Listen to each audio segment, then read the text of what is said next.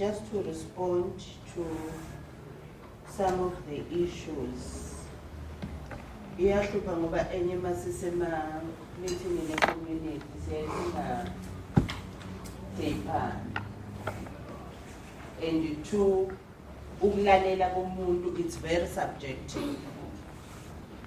Uya ngokuthi lo khulumayo nawe ukuyiphi position. And uma nikhumbula kahle, when I was presenting item 425, what I said, I feel pity for abantu baseNkonjane because mina ngizalelwe lapha eThokozane, ngiyabazi abantu baseNkonjane. And ukuthi 30 years after i-democracy ayikho into ephathekayo abangathi thina sinayo. I predicated my statement based on ukuhlupheka kwabantu baseNkonjane. And number two, I cannot gloat. Ngihambe ngotshela abantu ngithi mina as the executive mayor, I'm the first executive mayor to do this, because this is reciprocal. Mon executive mayor, the problems owafice lapha, you take ownership of the problem and then you solve the problem. So gloating will not assist you in whatever way. So you're going to ukulalela kuyaye kube subjective. Two, on that particular item, I also indicated that the land has already been purchased. That is why UNO 3.3 OE recommendation to cancel OT payment of 2.9 be condoned. Be condoned. Yes, less. Yes, angisazi ukuthi masithi sikabhadala. What is it that we are condoning? Because it was already attached. Subjective reading, subjective listening. Afuneki masiza la ngoba sibona ama Facebook bese sidlala ngama senses omphakathi. And khathi ngithi siyakondona lehlatha ngithi sengelethu. I heard that ukuthi sizothengisa lehlathi le condonation ihlathi senzokuya kithi lo 250 value uzokuya ube nguwethu. Let us condone abantu sihambe siyolungisa. The problem ekufanele ngabe sikhuluma ngayo manje ngabe sithi how far are we in terms of implementing letela so that abantu bazokhona ukuthi basizakala. Because on the item it is stated ukuthi siyakondona thina sekwenzakele and we have attached ama proof of payment.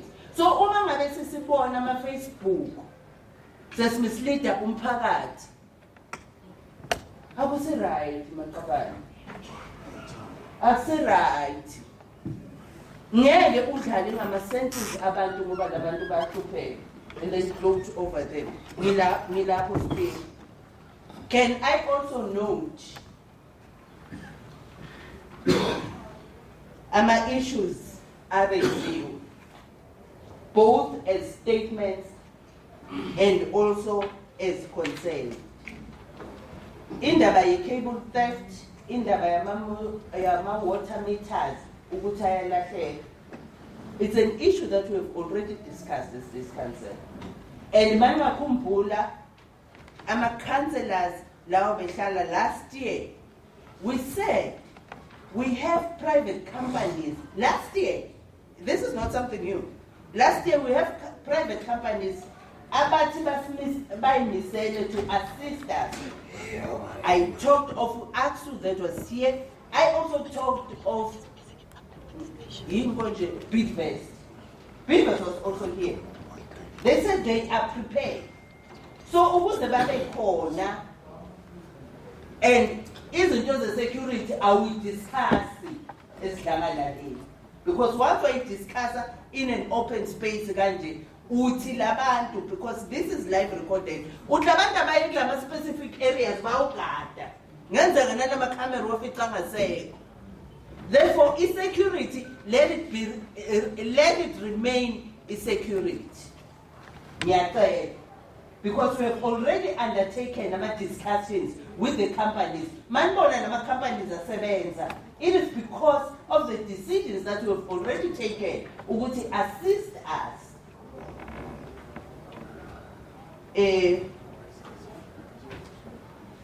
Esibongileke sicabanga nathi ukuthi sihamba nawe Councillor Slee Soto. The best is yet to come. Thank you very much.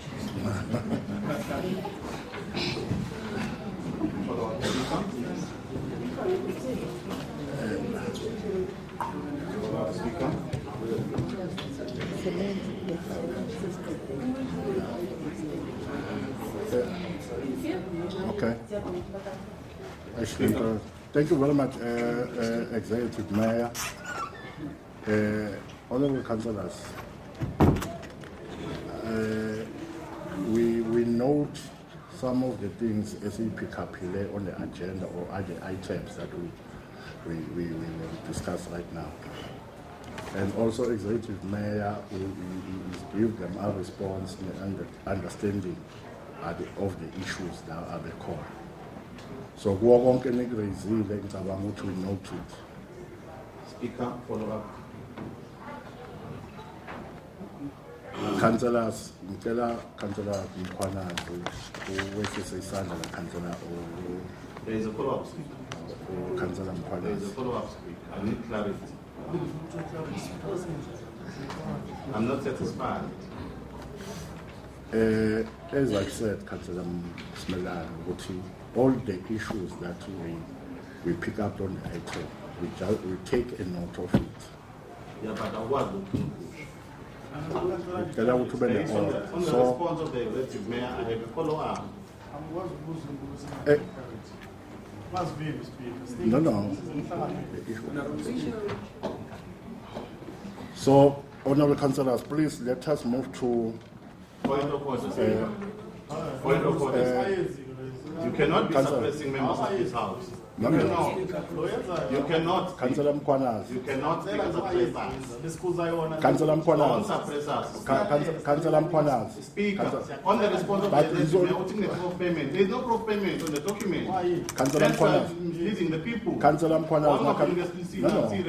Angeke nize ningizwe vele masikhuluma sonke. Because I want to say something before we leave.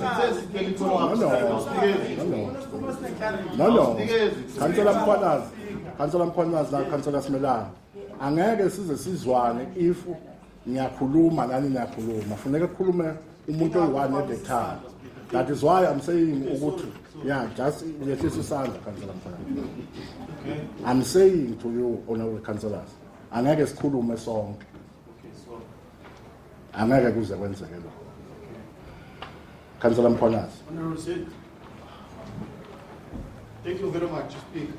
I just want to get clarity the issue engicela ukuthola kuyo i-response strategic planning. Mhlawumbe usesifacing esi-right sokuthi akaphendule. Yebo mhlawumbe engenayimpendulo ngicela ukuthola ukuthi le clarity ngizoyithola kanjani yokuthi ikahle kahle kwenzakalani. Thank you. And I've said all the question we noted lawo ma question ukuthi ngikshilo lokho Councillor Mkwanas yabona manje ngisho the very same thing eshiwile awukhulumela phansi Councillor Smelana. Speak. On the matter a private land, there is no proof of payment. So if Executive Mayor say I mislead a ban, should the agenda that was sent to Councillor Smelana was incomplete. There is only a deed of purchase. A signed last year, May. There is no proof of payment. Yes, you take now you proof, now show that's well.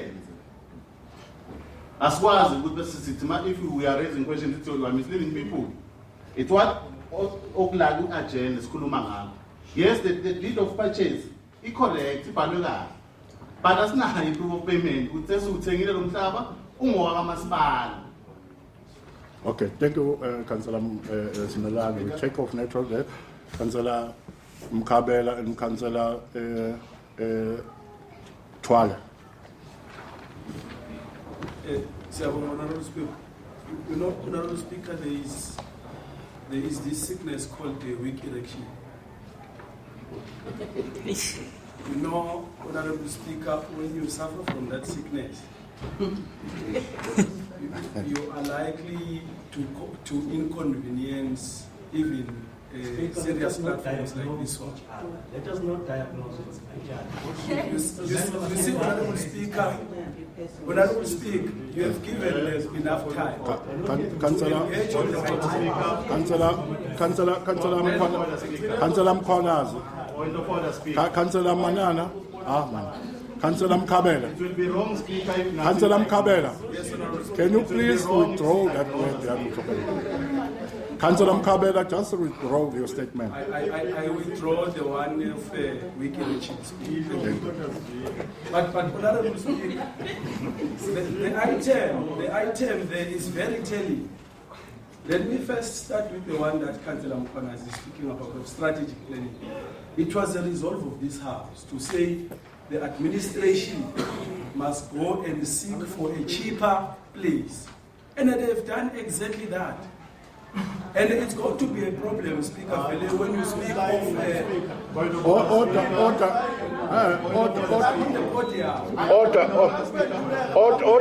councillors. Point of order, Speaker. No. I can't. Point of order, Speaker. Honourable Speaker, Councillor. point of order. Councillor Smelane. Point of order, Speaker. Councillor Smelane. Point of order, Speaker. Ukhuluma mina angakangizwa ukuthi ngithini. Councillor Twala. Yeah, Speaker, siyabonga. Siyabonga, Speaker. Siyabonga, Councillor Smelane, Councillor Mkhwanazi. Councillors. Ngicabanga ukuthi nibaholi babantu nine TV ki banibona laba. Angathi dali disorder cancel. Speaker, into engisukumelayo. Ungalethi president embi. First uthe ku cancel uSmelane wayengekho ngalesikhathi sikhuluma le item. There's no need to follow up or question. There's no need. Point of order, Speaker. No, point of order, Speaker. Point of order, Speaker. Point of order, Speaker. I-item. Asikho ku-BGM lana, there is no such law. Akukho emthethweni la uSho Chief. Councillor Smelane ukuthi uyangidelela manje. No, Speaker, let the order. Councillor Smelane uyangidelela. Councillor Smelane. Councillor Smelane. Councillor We cannot be misled by the Chief Whip. We cannot be misled by the whip. Okay. It's misleading. Councillors. Councillor, can I submit an order? Honourable councillors, asikwazi ukuthi lana sizozenza abantwana. That's into yokuqala leyo ufuna senze. Number 2, lana asingeze ukuzogembula ngempilo zabantu basemkhondo ukukhuluma izinto sometimes ezinye personal nokukhombana. Let us deal ngama issues that affect the community yasemkhondo. Irregardless ukuthi ubuya kuyiphi inhlangano. Because even your party la usuka khona usuke wabatshela wathi nawe ukwenza sure ukuthi uzoshintsha impilo zabantu basemkhondo. Let us be one, sibe ne vision A1 sisonke. We understand ukuthi kukhona la ngeke size sivumelane khona, but let us be a professional ukudila ngama issues, because lento yokupoint finger la yokwenza yonke lento le angeke izisilekelele end of the day. Actually we failing abantu basemkhondo because asikhulumi lento okufanele sizoyenza la. So you see manje kumkhandela Mkhwanazi ngiyakhuluma ngikhuza yona the very same thing, because so Councillor Mkhwanazi, I'm saying to you ukuthi ake sibe badala ukuthi uma ngabe kwenzekile ubona ukuthi asikwenzi kona njengoba nani bokhansela Dlamini bebasho ukuthi asenzeni kanje ezikhona yiloko sikufunayo yiloko nathi makufanele sikhulume sikusho so uma uzothi hayi nawe ukwenza lokho but at the same time kufanele ukuthi wena uthi no speaker there's something engekho right kanje so that kuzongena kahle nala kimi so I'm pleading you honorable councillors ukuthi ake sibe nisemsebenzini angeke njalo uma ngabe kuzoba nama council meeting uthi hayi mina ngiyothola bani hayi ngiyokwenza ukuthi angeke kuze kwenzeke lokho so mangabe kungahambi kahle akube nendlela yokuthi sibadala yokucorrecta izinto I'm pleading you honorable councillors we understand ukuthi kunama problems okufanele siwacorrecte kuma standing rules and we were supposed to sit today actually ukudila ngalezi zinto so that meeting izocontroleka ngendlela right we were supposed to sit today GM but unfortunately ingakho simove the council ukuza ngapha because there is a event tomorrow so there is a plan to deal ngalento leyo but akusho lutho ukuthi uma ngabe ungakatshelwa ukuthi yenza ukuthi bese kuthi ngabe kukhona esingasakucabanga sibadala mazingana we know ama-standing rulers we know but there are something ekufanele siyifithe in lapho but akusho lokho ukuthi bese uyaphenduka so behave ngathi wena kuzinto soyaziyo kunomphakathi okhona la vis-a-vis honorable councillors there must be a difference between the two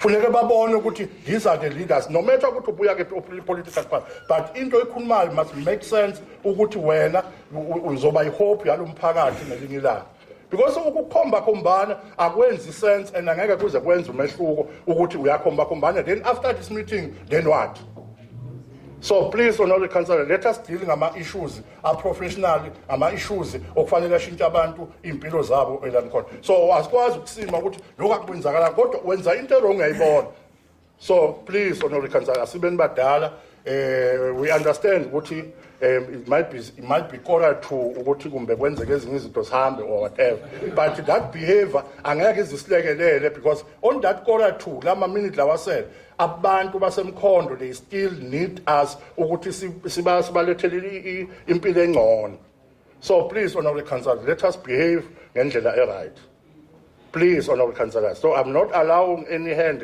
councillor Methula manje let us move no angithi ayinothi izandla ngalesa sikhathi esikhuluma so ayithi item manje sengivulela izandla except ukuthi executive mayor asinike i-report yakhe please honorable councillors thank you very much next item executive mayor point of order speaker yeah councillor Mthandeni angithiko lokhu ongukhuza manje ngumtshelile ngathi awithdraw le statement sakhe then uwithdrawile the statement kusho mina please honorable councillors let's move to report of the executive mayor no point of order speaker point of order give me councillor yes no speaker what's the point of order yeah speaker kushukuthi ukuba khona kwethu la singama councillor especially opposition akusebenzeli you can't ukuthi uzozivala umlomo singakhuluma lama minutes akaka approve la kodwa sothi executive akaqhubeke okay and ama mistake owenzayo because if usibuyela kule strategic planning yes speaker we are approve something it is sayindlulile yasekhena uphinde wena ubanikeza uvule lesikhathi uvula kusenza sidideke ukuthi yikuphi kahle kuyiko sithatha kuphi if ungachecka le strategic planning sibhala ukuthi si approve but uzothola ukuthi wavulela kwaqhubeka saba approve that's why today sikule problem and i-administration ezongena izosibuzela yona le strategic planning isiye khona lapha evelvadini sothetha amaqala So ngisukuma speaker especially kule strategic planning ukuba against the minutes of the strategic planning. Put my name against the strategic minute of this please. Okay, thank you very much. Councillor T. Kumaro.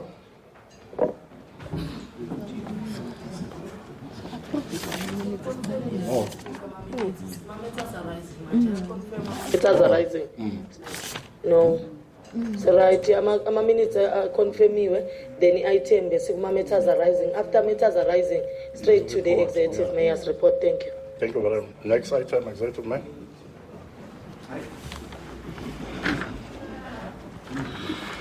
Thank you very much, Honorable Speaker.